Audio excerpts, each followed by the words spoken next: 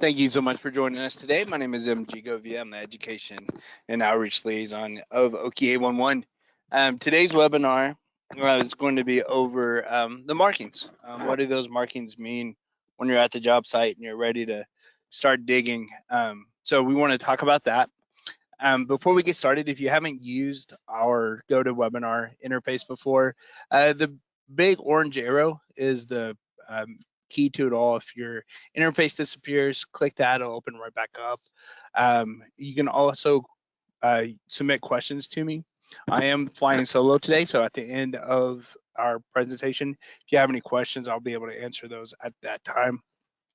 Today's topic is pretty specific, so because of that, it will go pretty fast. So if hang with me for about, I don't know, 15, 20 minutes probably, and we'll get everything covered. Okay, so let's dive in. Before we can talk about the markings, we have to remind everybody just how OKA11, the process works. So if you haven't used this before or you just want a refresher, here's some information. It'll start with that excavator making that contact to OKA11. They're going to go use our website where over 70% of all of our locate requests are put in, or they can make that phone call to us. Just make sure that that request has plenty of notice, which will be at least 48 hours, not excluding the date of notification, weekends, and legal holidays. So if you call on a Monday, the earliest that you could work would be Thursday, because Monday wouldn't count. Tuesday and Wednesday are the 48 hours that the utilities would have to respond to that locate request, and then Thursday would be your work to begin date and time. So when you have that contact with us, we're going to produce a locate request. That's where OKA11's damage prevention agent is going to take the information, review it, and then process it out to the utility companies that are in that area. The way they do that is they'll map out the dig site by parcel or by description, and then that ticket number is going to be produced. The excavator is going to get a copy of it, and then the notification is going to be sent out to the members in that respective area wherever that dig site is mapped. An average of 6 member companies are notified per ticket. Last year we did just shy of 1.2 million tickets. So 6 million tickets were received by our member companies last year. Each member is then to respond to that locate request prior to the work to begin date and time. Earlier I said the earliest you could dig on Thursday would be Thursday if the call was made on on a Monday.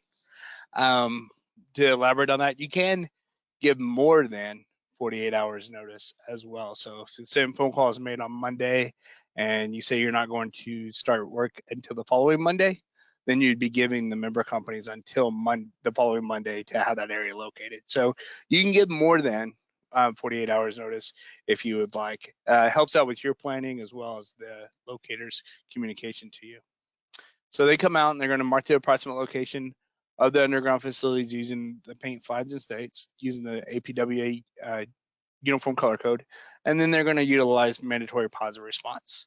In November of 2021 is when mandatory positive response became part of the law, and it's exactly what it sounds like. The utility operators or owners, their locating partners, they must respond through that communication hub that's on the ticket to give the excavator status of what happened with that locate. If it's all clear, if they marked and there's flags on the ground, if there's access issues, other responses as well.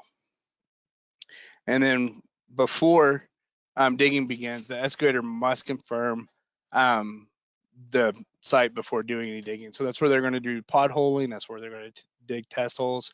I call this discovery of the 3Ds: the depth, the direction, and distance of those underground facilities in that work site, so that you can expose, protect, and support them. A couple things to remember: private lines may not get marked with this process. So obvious private lines are like propane, sprinkler systems, things of that nature where the property owner owns them. Also, anything that is turned over to the property owner. So additional electric runs going out to an outhouse or a pool, additional water, anything like that. Those would all be considered private lines. And OKA11 is not the locating service. We're a notification center, so we pass this information over to the member company, and then the member company is then responsible for having it located with their own employees or a locating partner company. So let's talk about the markings a little bit. So that underground facility is to go out and mark the approximate horizontal location of that underground facility. And they're going to use the APWA Color Code. APWA stands for American Public Works Association. So they're the ones who came up with this universal code for us. And so let's talk about what those colors are if you're not familiar. So a couple things before that, we have to remember that locating and marking is not an exact science. It's a whole lot better than it used to be, right? We don't have a lot of people running around with the witching wires and all that stuff. The technology is greatly improved, but there is still some leeway there. The locators are giving 2 feet either side of the markings to show where those underground facilities are. So that's the reason you'll need to do those test holes to verify the location. And then of course, dig with caution around those markings. So let's dive into what these color codes are. So anytime you see white, that is going to be for proposed excavation. This is what the excavator should do prior to putting in a locate request. This will give the locators more information when they come out to the site. They can go, okay, well, this is the area that excavation is going to take place for that tree, that mailbox, that pipeline, whatever the case may be. The locator can then have a better understanding of what they're marking for. Whenever you see pink, pink is going to be temporary or survey markings. So this is also to help with member companies when they're working with the design team or survey team as well. So the only difference is white, obviously a shovel's going to the ground. Pink is more on the design side of things. And then we get into the utilities and what they're marking. And so from here on out, this is what the locators are going to be using for their companies. So red will mark electric. Yellow will take care of oil and gas. Orange is telecom. And so this is cable, fiber, telephone. Blue is going to be water. Green, of course, is going to be sewer. And then purple is going to be irrigation, slurry, anything like that. So if you don't already have resources on the color codes, shoot me an email, education@oka11.org. Our excavator guides have information on this. Also, we have little pocket cards that are available for you.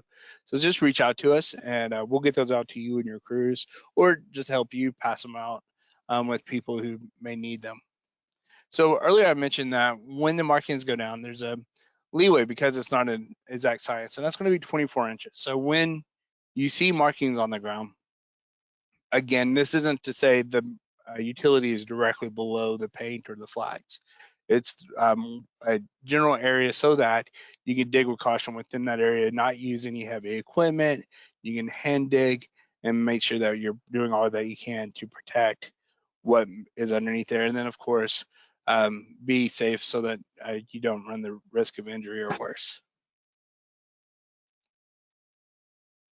So real quick, some of the markings that you may see is going to be things like this. This is going to be blue for a water line, right? And this is just a single facility. So this is a marking showing you the direction that that water line is running. With red is electric. So this is going to be a 2-phase primary that's being marked. Whenever there is a change in direction, you should notice that as well with the markings. So you'll see that bend and then which direction it's going into. Conduits are marked using a diamond shape in the middle of the two sides. And I'm sometimes asked, like, where does that 2 feet go if that's the case? So on this, what you'll need to know is it's not 2 feet from here. It's actually 2 feet from the outside edges of the paint to where you might be able to find it, just because of the utility may be bigger as well. So keep that in mind when you are working around wider markings. Electrical conduits are just marked with the 3 lines and the direction that it's going in as well. When you have a connection to a smaller diameter, you'll see that as well. So you'll see that lateral connection. You'll show where it's going off, and then they usually show the diameter of the new line going away from it. So the next thing to look at is when there's no conflict. Because positive response is mandatory, sometimes you may not see these on the site. You'll see it through the email or on the ticket itself. So if you don't see these, be sure to check your positive response because it should be there as well. So when they come out and mark, in this case, this is a red for electricity saying it's clear. This is communications, and when it's communications, there may be more than one telecommunication company in the area, and so they'll usually show what company it is that they're located for. Their territories aren't as spread out like gas and electric are. And then a yellow with clear as well would be another sign for oil and gas being clear of an area. So those things are to keep in mind for when there's no conflicts in it. The next thing to talk about is the tolerance zone. So we've already talked about that 2 feet either side of the markings to illustrate where the facility should be found as you dig down. Well, with the tolerance zone, it's after that you find the facility. So in this example, there's yellow paint flats for oil and gas. Within 2 feet either side of that marking, as you dig down, you should be able to find the facility. Once you find the facility, now the tolerance zone comes into play. The tolerance zone is 24 inches either side of the outside wall or edge of that facility. So if this pipeline, for example, is, let's say, a foot in diameter, now there's a 5-foot path where heavy equipment shouldn't be used because of the risk of damage or injury. So the tolerance zone is very important, especially in areas where the heavy equipment, I know it's quicker to do jobs with heavy equipment, but if you take the time, expose, protect, and support these things, you should be able to work even faster after the fact. Also, keep in mind that with pipelines, oil and gas, the tolerance zone is the minimum that the law says. However, oil and gas may own a right-of-way or own an entire easement where that is, and they may ask for more than 2 feet or may ask to be on site. They may have a disclaimer saying, hey, once you're within 25 feet of our facility, we want to be notified before you remove any dirt, things of that nature. So the tolerance zone is a minimum for all facilities, but if the right-of-way is owned, then the facility may request for more distance away from their facility or to be a watchdog on site. So I know that this information is fast and furious. Like I said, it's a specific topic. But what we want to do is illustrate that those markings are there to help protect the underground facility, but more important, help protect the excavator who's going to be doing the work in that area. So quickly to remind everybody of the 5 steps of safe excavation. Once you do these things, those markings come into play. So we're going to first contact OKA11. By putting in a locate request, you reduce the risk of damage by over 99%.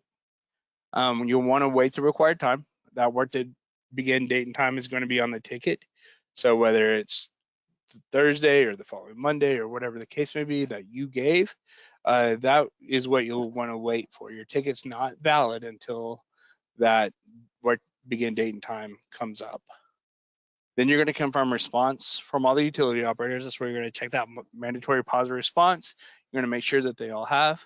I've heard of companies that don't even mobilize their crews until they know that positive response has been provided from everybody. If you don't see a company provide positive response as an excavator, put in that second notice. Let us know so we can get that information out to them so that they can then respond to you. If for some reason you get to the site and you see I don't know, like a telephone pedestal or a transformer or something like that, some visual indicator that there is underground facilities that are in your area that weren't notified by the original ticket, give us a call. Let us know what, so that we can confirm with member companies that are in that area, see if their mapping is maybe out of date, things of that nature, so we can make sure that any risk that we can mitigate by getting that information out to them. Once you have confirmed the response from all utilities and you've are ready to dig, this is where you'll need to respect those markings. Employ the test holes, make sure that you're finding the facilities, verify that where they are located against the markings that are provided, and then look for the 3Ds, the depth, the direction, and the distance of those underground facilities in your work area, and then dig safely. We know accidents do occur, but if you can, if an accident does occur, do not backfill the area. That's not going to do anybody any good. Don't try to repair, don't operate valves. Contact the facility owner. By contacting us, we can make sure that the facility owner is notified, or you can contact them directly in addition to us if necessary. First of all, if it is something that is dangerous, like a gas release or something like that, of course, get away and protect yourself. But then notify us so that we can help with that notification to get that information out there. So with that, let me see if there's any questions. So far, there isn't. So if you do think of any questions, feel free to ask. I'll be happy to help out. I know one thing that I do get asked often is, does OQA 1 have, or does the law have any standard practice for locating underground facilities? And so it's a great question that I just asked myself. So the standard is not there. It's up to each company. There's kind of an understood best practice that's out there about distance between markings and flags and things of that nature, but it isn't spelled out within the law. And OK811 is not a locating company, so the communication of how frequent the paint is down, or flags, or things of that nature, that's going to be up to each member company or locating partner themselves on how to communicate where that underground facility is. So I will go ahead and tell you a little bit more about some stuff that we have going on. And then if any questions pop up, I'll circle back around to them. So if you didn't know, we have 811 certification that's available for you online at ok811.training. It's a great website. It's 7 modules, each one taking about 15 to 20 minutes. Once you have completed it all, there's a test of 25 questions. If you score an 80% or better, you'll be A11 certified. And that goes for an entire year. And this is great information.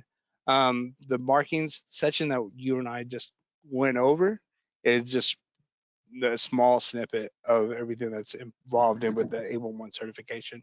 So it's a great opportunity for you to share with your crews, if you're one of our member companies, just understanding the process just that much better will help out. So with that, I want to say thanks.